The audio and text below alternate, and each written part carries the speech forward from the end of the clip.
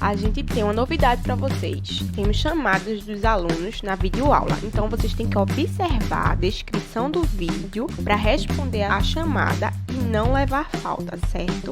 Lembrando também, quem não é inscrito, se inscreva no canal da escola e ative as notificações. E se puder, você deixa aí seu like, tá beleza? Olá, turma do segundo ano, sou a professora Andresa Mendes e inicio agora mais uma aula de História, dando continuidade à nossa aula anterior sobre a Revolução Industrial. Então, na aula de hoje, vamos começar nosso estudo pelos momentos da industrialização.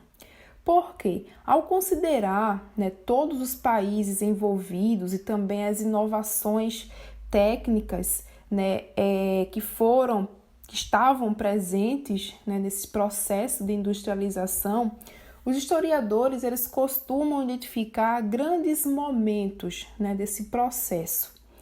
O primeiro momento acontece entre os séculos 18 e 19. Essa fase costuma ser chamada de primeira revolução industrial. É quando o processo de industrialização ele vai ficar mais concentrado no Reino Unido. E o maior destaque foi o desenvolvimento da indústria de tecidos, de algodão, a utilização do tear mecânico, o aperfeiçoamento e a utilização da máquina a vapor. Já o segundo momento ocorre entre os séculos 19 e 20. É quando a industrialização ela começa a se espalhar para outras áreas, para outros países da Europa. Então, esse momento também pode ser caracterizado como segunda revolução industrial. Temos aí a produção em escala, a presença das linhas de montagem, da eletricidade, da utilização do aço, dos combustíveis petrolíferos. O terceiro momento, ou terceira revolução industrial, acontece em meados do século XX.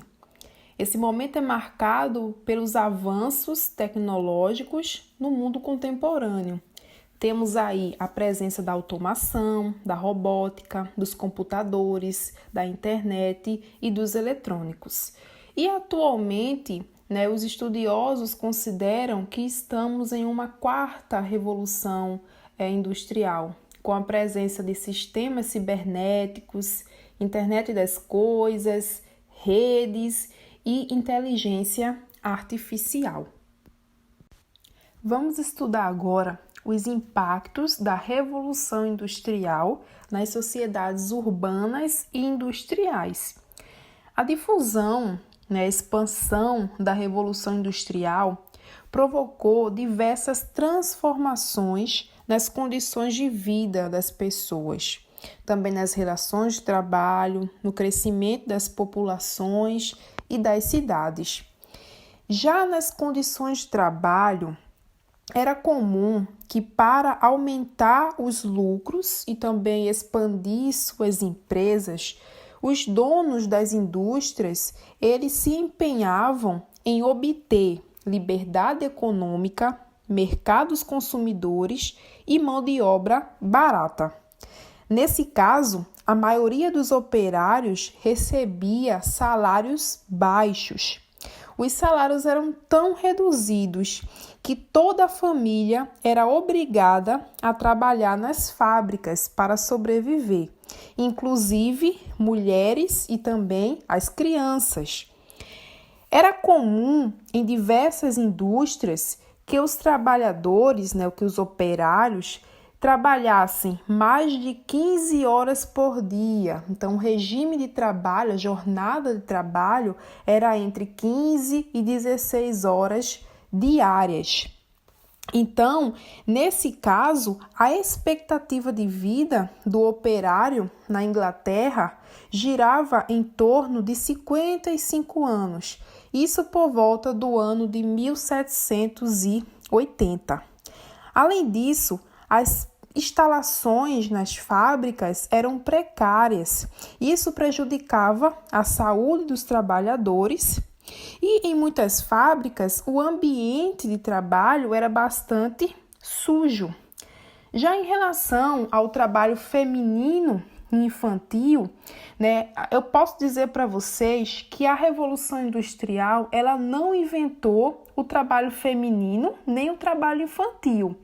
Em outros tempos e em outras sociedades já era comum que mulheres e crianças trabalhassem na agricultura, na criação de animais ou no artesanato, por exemplo.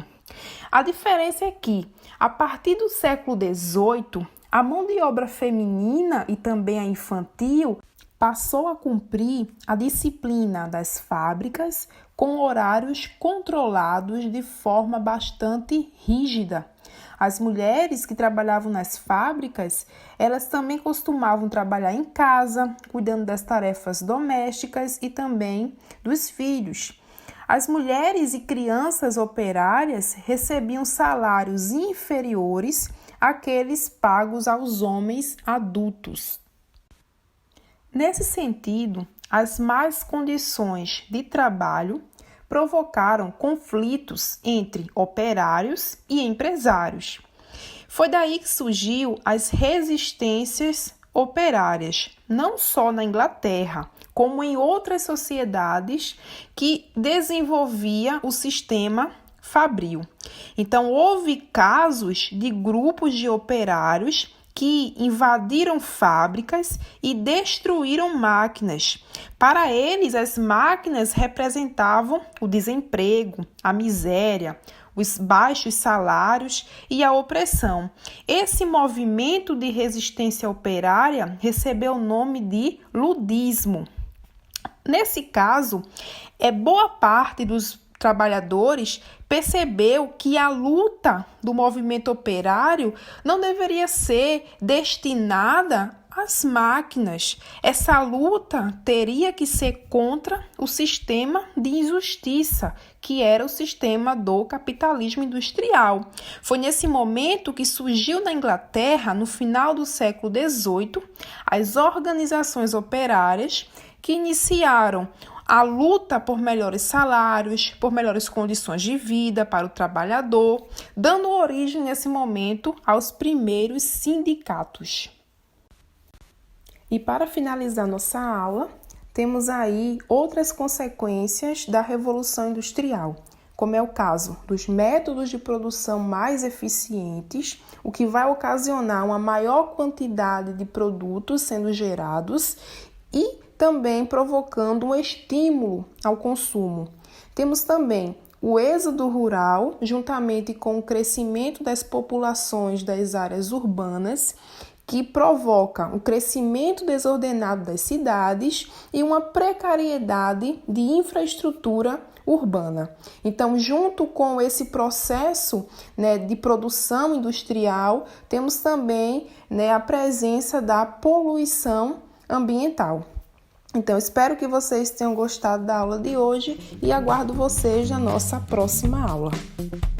Nós da EREM José de Lima Júnior temos preparado aulas exclusivas para você.